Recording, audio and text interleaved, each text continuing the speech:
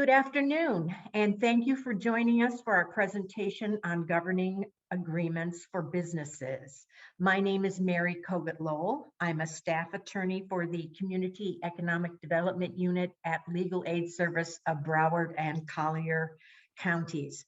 And before we get going, I just wanted to mention a couple of things for you. First of all, we are recording this presentation. It will be posted on our YouTube channel, and will also be live streaming it. And also, before we get started, again, we thank you very much for watching, but we have a disclaimer up on the screen. Nothing in this presentation is intended to establish an attorney-client relationship between legal aid and any attendee. So these are the presentation and its contents include just general information. We're not going to be providing any legal advice or opinions. And if you have any specific questions, please consult with or retain a qualified attorney. And with that, I think we can get started. And again, right before we start the presentation, let me give you a little more background information. This presentation is intended to help business owners understand what governing documents are, what they include, and why they are needed. Now, as I mentioned, I'm a staff attorney in the Community Economic Development Unit at Legal Aid Service. Our unit works with small businesses as well as nonprofit organizations who are providing vital community services to low to moderate income individuals.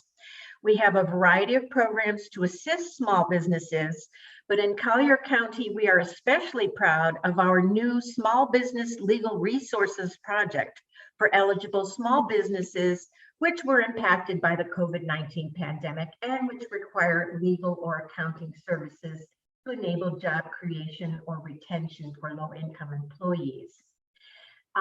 This project is funded in part by Community Development Block Grant by the U.S. Department of Housing and Urban Development, facilitated through Collier County's Human and Community Services Division. The goal under the grant is low to moderate income job creation. Now, this presentation was pre-recorded by Callie Soldavini, our project attorney who is out today on leave. So I will be here to answer any questions that may come in through the chat on Zoom or comments on Facebook. And again, we've gone over the disclaimer. Nothing in this presentation is intended to establish an attorney-client relationship with legal aid. Please consult or retain a qualified attorney if you have specific legal issues. Now, at the end of the presentation, we will have the contact information for the SBLR project, so you can apply for services through our program if your small business needs legal assistance. And on that note, we will start the presentation. If you have questions, please put them in the chat box if you're on Zoom, or in the comments if you're on Facebook, and we will get to as many questions as possible at the end of the presentation. Hi, my name is Callie Soldavini, and I'm a staff attorney at Legal Aid Service of Collier County, a subdivision of Legal Aid Service of Broward County. We are a nonprofit law firm providing the community free legal services, and I specifically work in our Community Economic Development Unit, representing small businesses and nonprofits. Today, I'm going to be talking about business governing agreements. This presentation is important for any business, and we'll be talking about what they are, what essential provisions need to be within them, and it's vital for any business to have, whether you're a single owner, a family venture, or if there's multiple people involved. I'm going to talk about some of our free legal services, as well as business governing agreements. At the end of the presentation, I'll have my contact information if you have any questions about anything in this presentation, as well as more information to learn more about our free legal services and apply for them.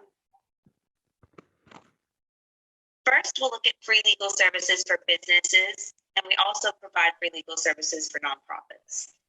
We'll talk about why business governing agreements are needed and why they are best practice. Finally, we'll look at the essential provisions that will go within business governing agreements, sort of play by play as I would draft the agreement myself. A quick disclaimer that everything in this presentation is meant to apply generally. So you need to consult with an attorney about anything specifically mentioned in this presentation as it relates to your specific situation and needs. Hopefully you qualify for our services, and our Community Economic Development Unit attorneys will be the ones to be able to discuss the specifics with you. And if you're not eligible, we do recommend consulting with a private attorney before taking any action. Funding for this presentation is provided by, in partly, the Florida Bar Foundation through a statewide program called the Florida Community Development Legal Project. We represent small businesses and nonprofits statewide, and I'll talk more about that in the next slide, as well as the Community Development Block Grant from the CARES Act, distributed by the U.S. Department of Housing and Urban Development through Collier County's Human and Community Services Division. So who qualifies for free legal services through legal aid service of Collier and Broward County? There are three sets of clients. The first is businesses that are owned by low to moderate income individuals. So our qualifiers are looking at who business owners actually are. The businesses can be statewide, and low to moderate income is defined as up to 140% of the county's area median income as determined by HUD. A second set of clients doesn't look at the business owners at all, but instead looks at creation and retention of jobs as a result of the pandemic. So this is only for Collier County businesses and nonprofits that create or save low-income jobs. And that's defined as up to 50% of the area median income in Collier County.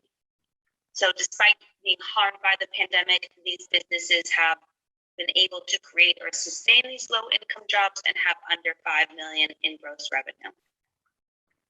And then a third set of clients are nonprofits, statewide nonprofits that provide critical services to low-income communities and cannot afford an attorney. So if you believe that you may qualify under one of these three categories, again, at the end of this presentation, I will have the contact information for our nonprofit law firm where you can apply for these free legal services. What kind of services do we provide? We really try to act as free in-house counsel or corporate counsel for our clients. So any legal needs that arises for your business, we'll try to take care of for you. Most commonly, this involves entity selection and discussing what limited liability is. So we can help you select whether a LLC, limited liability company, or corporation is best, or potentially partnership or sole proprietorship. We can draft organizational documents and file those with the state. That's the articles of incorporation or organization, or amending these documents for you. What we'll be talking about today, we can draft business governing agreements or review business governing agreements that you already have in place. Maybe they've been sitting around for a long time. Maybe the business doesn't really understand or know what's contained in them. Or maybe you haven't looked at them in several years. We can take a look at anything you've already been using and make sure that they're up to date with today's best practices and Florida statute. We can also include succession planning for your organization within those business governing agreements. We can review and advise on fictitious name and DBA advice registration, instructions on filing annual reports and other state required filings in the state of Florida. We can review just generally contracts, contract drafting review, and negotiations. We can create template agreements between you and your customers. We can look at commercial leases, review them, negotiate them, renegotiate them, draft them in the case that you need them to be drafted. We can give trademark advice and registration, draft non-disclosures, non-competes, confidentiality agreements. If you're new to business or even need a refresher, if you've been in business for several years, we're happy to provide just business legal governance training. You know, what laws you need to look out for and what are best practices to follow to avoid any kind of liability. We can represent your business if you're acquiring another business, real estate and financial closings, dispute resolutions with third parties or clients, vendors, and as well as refer you to local free or low-cost business counseling services and more. Like I said, whatever comes up for your business, we really try our best to take care of on your behalf. So why have a business governing agreement? If you think about any situation where people come together, it's helpful to have some kind of rules to follow to avoid the venture falling apart due to power struggles. Instead of making up rules as you go along, you can establish rules in an internal business governing agreement. Business governing agreements have different names depending on the type of entity your business operates under. If it's a partnership, it's called a partnership agreement. If it's a corporation, they're called bylaws. And if it's a limited liability company, it's called an operating agreement. So I'm going to refer to these all three generally throughout the presentation as business governing agreements. But sometimes when something relates specifically to one type of entity, such as a corporation or LLC, I'll call it either its bylaws or its operating agreement. The most common question I get asked is, are business and corporation documents the same as business governing documents? Business and corporation documents are what you go and file with the Florida Division of Corporations or on sunbiz.org. If you did it electronically, it's just a form that you fill out on the website, and it's called the Articles of Incorporation if it's a corporation, or the Articles of Organization if it's an LLC. These are not the same. So put that document out of mind, because that document typically is not going to relate to what we're talking about today. It's different than a business governing agreement, aka operating agreement for LLCs or bylaws for a corporation. And while Florida requires incorporation documents to be filed, aka those articles, that filing has generally no direct effect on company operations. Businesses should also establish a separate governing document that addresses how the business operates. And that's what we're focusing on today, governing agreements.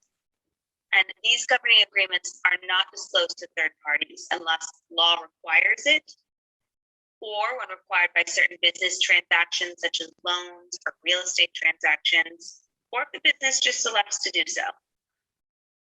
So articles are really filed with the state. That document is public record. Governing agreements, which we're talking about today, are internal. Why have a business governing agreement? You may be thinking, hey, it's just me, or it's me and my siblings, or my family, or I trust my partners, I don't need to worry about this. That is something that any attorney is going to recommend against, because even if you trust everybody involved in the business, and even if that trust plays out until the very end, there's other benefits to having a business governing agreement.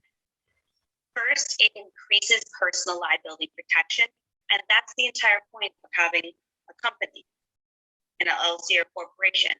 It's to provide the people acting behind that company liability protections. So we can increase personal liability protection in the governing agreement. Second, to avoid internal conflict. So if you do think at the beginning of your organization's founding that everybody's going to get along, that's great. And typically that's what people think when they enter a marriage too. But as we know, relationships fall apart, and it's really hard to see that at the beginning. So we're going to talk about avoiding internal conflict and what we can put in a governing agreement for that. And third, it helps others to do business with your company. Like I said, this is an internal agreement, but there are situations where you might share it. And it will be really helpful if a third party can look at it and actually understand how the business operates. So we're going to take a look at these three things in a little more detail. First, I mentioned it, that a business governing agreement increases personal liability protection. And while Florida statute does provide some limits to personal liability for things you do in connection with your business, it's not absolute, and a governing agreement can provide further protection. It can add on to that minimum protection that law gives you. So what's an example? A governing agreement can spell out procedures to avoid the concept of what's called piercing the corporate veil. And that is when a court disregards an entity's liability status, and instead of holding the entity responsible, holds the persons acting behind the entity responsible. Again, this is why we incorporate, so this situation doesn't happen. So business owners need to know what things can pierce the corporate veil and actually allow the courts to look behind the veil of the corporation and hold the people operating behind it individually accountable, and potentially individually tap into their assets, such as your home or your car or your bank account, instead of just stopping at the entity's assets. So in order to do that, we can include in the governing agreement provisions for corporate formalities. A lack of corporate formalities is typically the biggest reason a court will pierce the corporate veil. For corporations, there's more corporate formalities than LLCs, so I'm going to focus on corporations here, but it's highly recommended and best practice for LLCs to do the same. So for corporate formalities, we can include in the governing agreement when regular meetings are going to be held, how to maintain records of those meetings, how to avoid commingling corporate funds with personal funds. Again, the most common reason to pierce the corporate veil. So we can actually not just say these things are required, but actually detail how they're going to be required by the corporation. And then that way, if a court does want to pierce the corporate veil, the judge is going to have a much more difficult time, because you're going to be able to reference your governing agreement and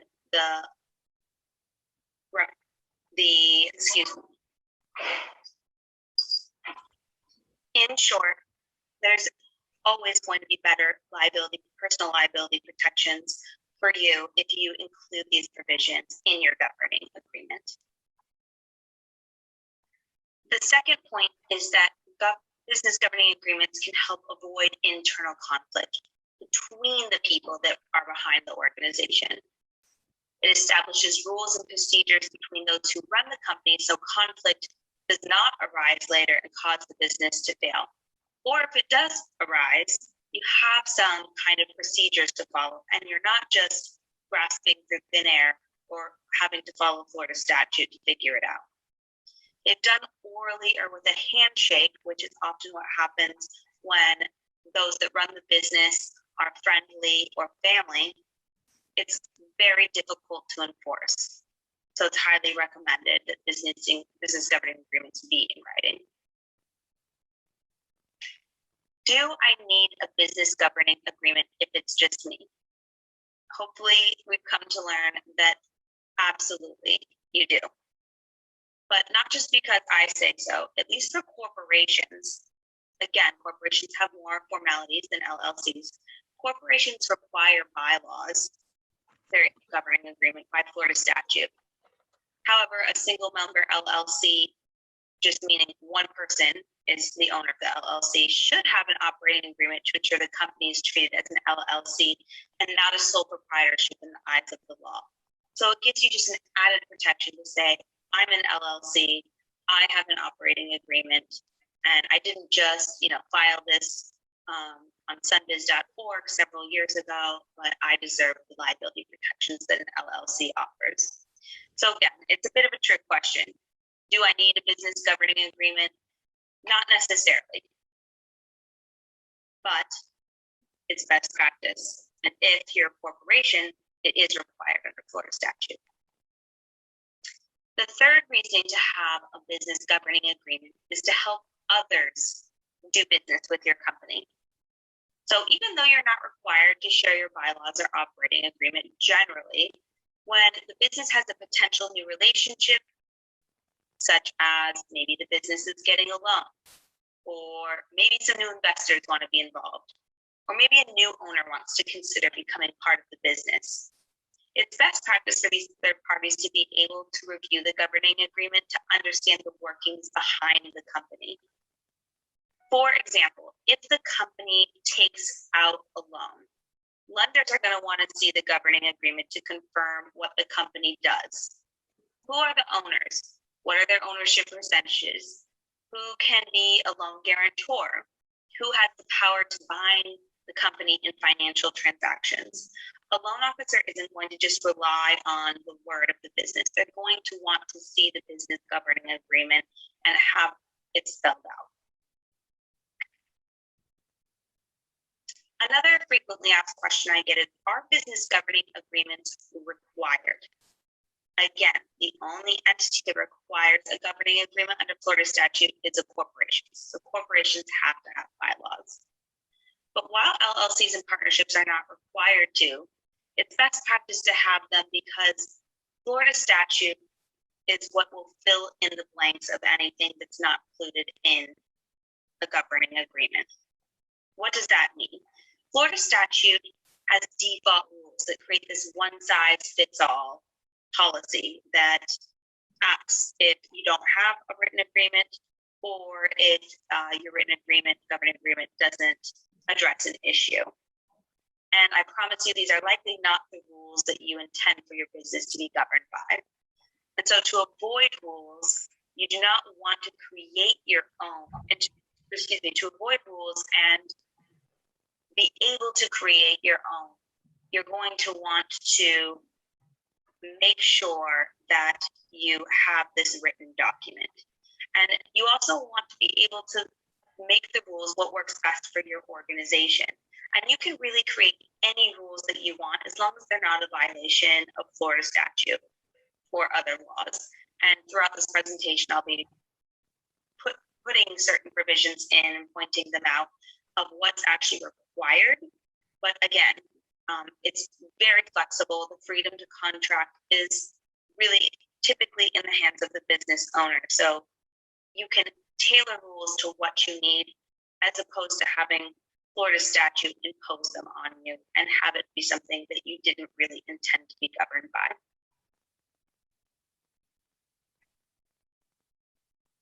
Words to live by. Put governance agreements in writing. There's really 3 reasons to do this. Avoid perceived arbitrariness and selective memory, because without it being in writing, it's funny the things that people forget. 2, to make it easier for third parties to interpret what the company's governing rules are. And 3, to articulate a common vision for the business. Once you have to put pen to paper, it's a lot harder to make things arbitrary, and they'll have to be clear. So even if you have a trusting relationship, we recommend putting your governance agreement in writing. Moving on to our third and final section, we're going to briefly run through essential provisions that need to be in a governing agreement, or at least a good one. And that's organizational information, ownership, management, record keeping, financial affairs, amendments, business succession planning, indemnification, and dissolution. Organizational information. Why did you form your company? While this isn't required to be filed with the state of Florida or disclosed to third parties generally, in your business governing agreements, it's still best practice to include everything so that if you were going to hand that document over to a third party, such as a lender, investor, someone wanting to become a member of the company, a grant provider, COVID relief grants, they would be able to understand the purpose of the company, who's behind the company, and the rights and how it's managed. This does not need to be a lengthy, multi-page organizational document. or statements that are inserted in the governance agreement. It really should be condensed into just a sentence or a couple of sentences if needed. So it's not vision statements and detailed business purposes, but just really why the business came together. And then as best practice, I always like to include the statement and all legal and lawful means to operate business. So you're not just saying this business has been incorporated to provide consulting services, but also to do any and all lawful business. So that way you kind of have a catch-all in case your business does go outside of the parameters of why it was organized. However, you at least have that specific organizational information in there for a third party to see, oh, that's why they have a business.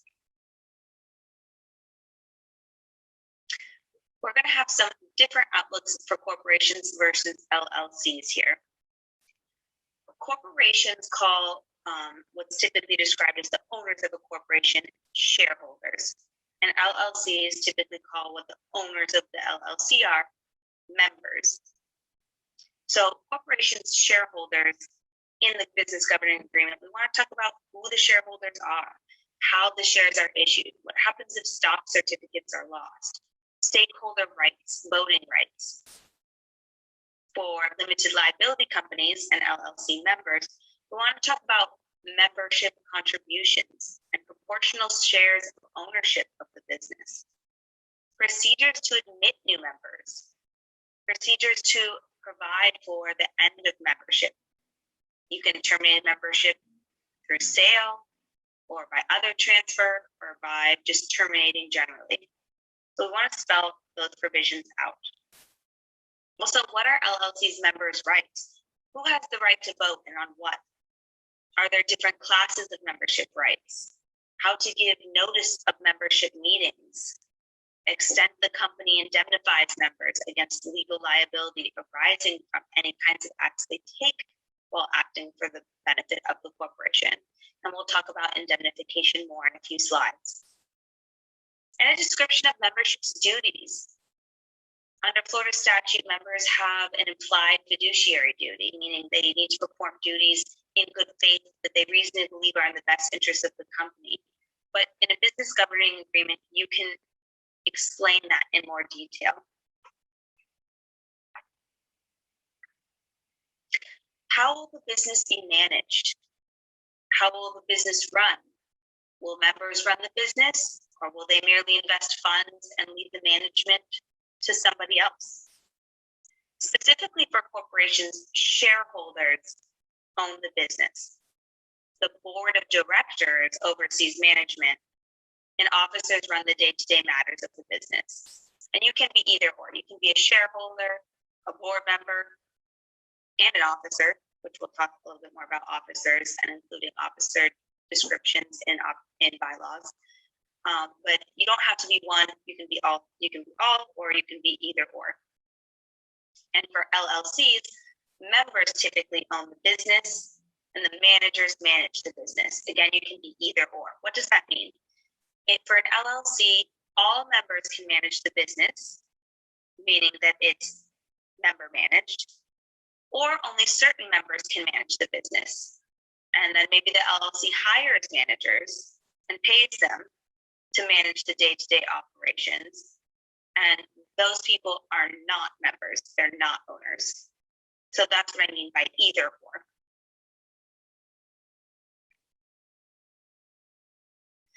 Management in corporate bylaws. So for corporations, we're talking about the board of directors. And Florida statute requires a board of directors even if it's only one person. So if you're the only shareholder, you're going to be the only director of your corporation. How many directors does the corporation have? How many can it have? And what are the qualifications to become a director? What are director powers, voting rights and procedures, classes of membership? Does each class of membership have different voting rights? Ways to vote: can you vote in person, by mail, electronically, by proxy? How often will board members meet and when? Florida statute requires an annual meeting for the election of directors and the transaction of business. So you'll want to include that in your governing agreement, and you can be as specific as what month and where you're going to meet to make it easier. When can the board hold special meetings? So meetings that aren't the annual meeting. How will notice be given? Can it be electronic? Can it be waived in cases of emergency? Florida statute requires a corporation notify shareholders of the date, time, and place of each annual and special shareholders meeting, no fewer than 10 and no more than 60 days before. So when I do mention Florida statute, I'm also trying to get at the point that those are the provisions that you can't change in your business governing agreement. However, anything not mentioned generally is something you can tailor to the business's needs. Continuing, how can board members leave before their term ends or be removed by the board? Or how will the board fill vacancies? Can the board appoint committees and the procedures for appointing committees?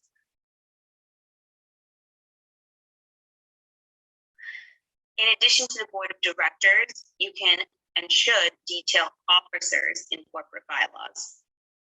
Bylaws should contain a section for identifying officer titles, such as president, vice president, secretary, treasurer, CEO, CFO, and what their duties are. Businesses often like to throw these terms around, but unless they're defined in a governing agreement, aka the bylaws, it can be iffy who is responsible to do what. Maybe the president thinks the secretary should be responsible for doing something, and the secretary thinks the president or vice president is responsible, and then a task falls through. You can actually define the responsibilities of each officer. And again, as a reminder, officers differ from directors, but you can be either or. An officer, aka the president, typically may serve on the board of directors, but that's not required. What are officer powers, voting rights, and procedures? Who has to be approved? How long will the company appoint initial officers? How long will those officers serve? And what will the procedures be to elect new officers? How often will they meet? When? How can officers leave before their term ends? And how will the board fill an officer vacancy?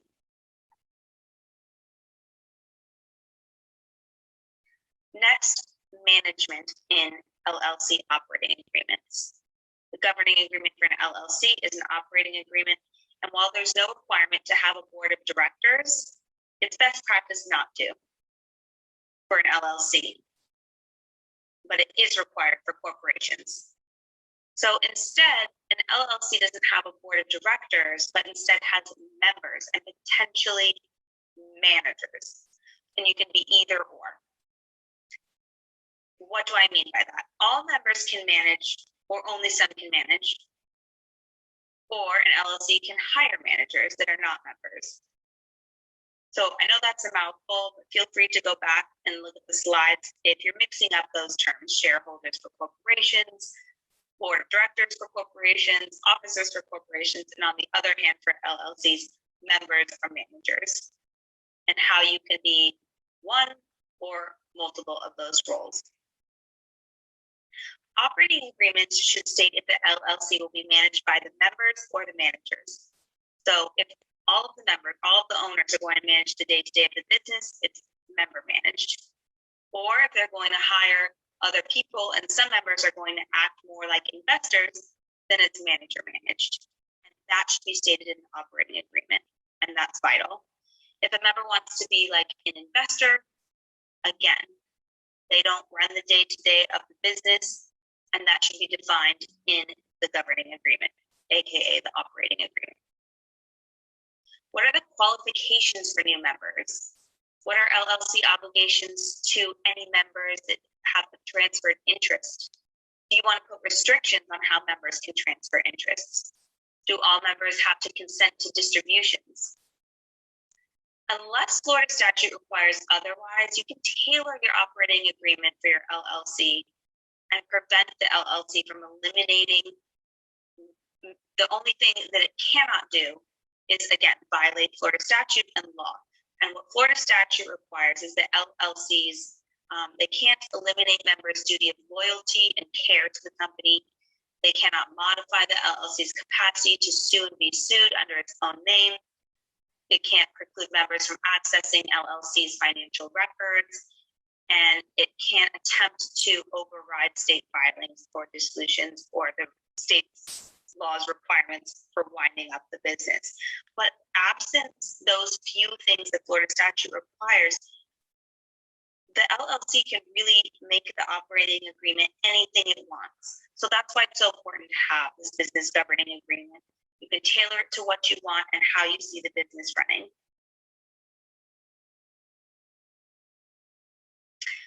We talked about piercing the corporate veil, and the most common way to do that is by having a lack of record keeping. Governing agreements should include requirements for minutes of meeting, notes of meetings, resolutions, things that the owners agree to, contracts, permits and licenses, leases, payroll, personal records, accounting and tax information. Where is that all going to be kept? Who is going to be responsible for keeping it? And record keeping, I cannot emphasize this enough, is truly vital and often overlooked. You're busy doing what you do best, running your business, and coming up with record retention policies and who's in charge of what is oftentimes viewed as a waste of time. But if the company gets into any kind of legal trouble and a court does want to consider piercing the corporate veil, or a creditor or plaintiff says, hey, this isn't actually a corporation or a limited liability company, even though they're registered, they don't have this record keeping. They haven't been able to get me the documents I need, or proof of decisions on this date, or proof of who voted for what, or a copy of my contract. So they're not acting like a business. They're really just acting like a sole proprietorship or partnership. And in that case, the court can pierce the corporate veil and hold the individuals behind the company individually liable. We don't want that. So take the time to include record keeping provisions in your governing agreement, how you anticipate them going, and have that guaranteed protection for yourself. Make sure you're actually following your business governing agreement as well.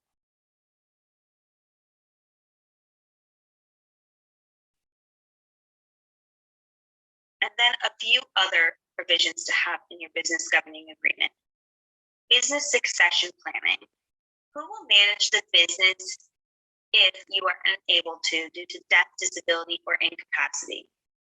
Who will inherit your economic rights? Will that person be the same or different? The person you have taking over the business in your absence versus the person who will inherit your economic rights.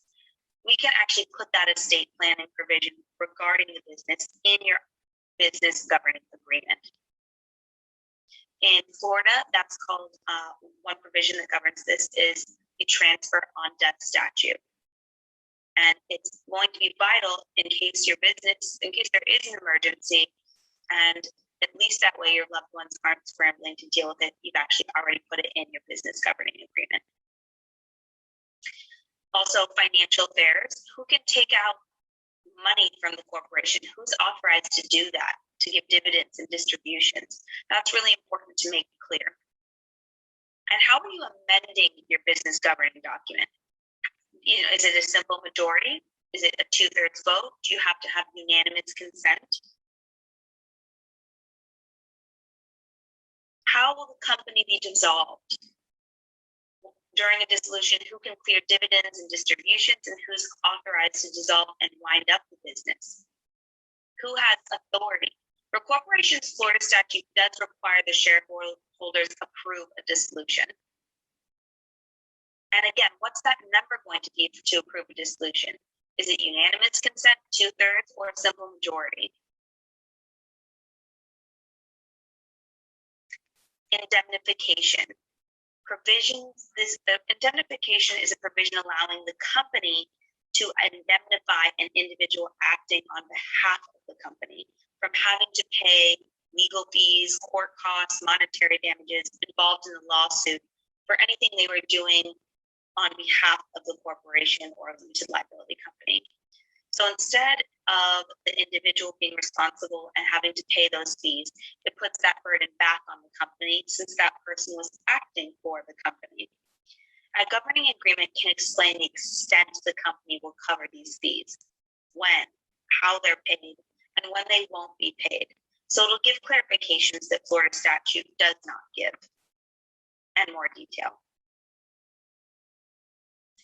In your governing agreement, if you want it to be really detailed, you can include information about taxes. If members need a more complex document, you can say what the details on the managing member's capital accounts, who prepares business returns, how to prepare tax returns, and how to handle member interest sales. In summary, the value of a written governing agreement is invaluable. Whether it's just you, family, or multiple people involved, there's going to be severe benefits to doing so. And I know it takes time away from your business. It takes time away from earning profits, recovering from the pandemic. So hopefully you qualify for our free legal services, or even if you don't qualify, again, we recommend consulting with a private attorney.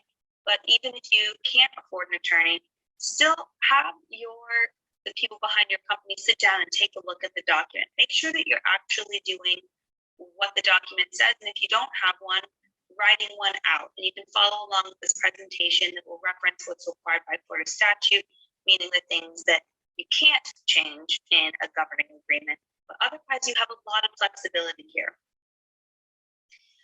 The point and the value of a governing agreement is to provide guidance on what to do when really foreseeable events occur, such as rogue members, disgruntled stakeholders, or conflicts of interest occur. Governing agreements prevent or resolve intercompany disputes and help shield those acting for the company from liability. Thank you so much for taking the time to learn more about business governing agreements. And as promised, my contact information is on the screen. If you have any questions about this presentation, feel free to send me an email. And if you're able to apply for our free legal services and believe you qualify, the email to do that is also on the screen, as well as the website. Again, we are Legal Aid Service of Collier County, a subdivision of Legal Aid Service of Broward County. So we have offices in Immokalee, Florida, Naples, Florida, and Fort Lauderdale, Florida. And the Collier and Broward Legal Aid websites are on the screen, as well as the website for our statewide program at flcommunitydevelopment.org. It's been a pleasure to be able to share this information with you. If anything is confusing, please reach out. And again, if you qualify for services, let us know, and we're here to help. Thank you.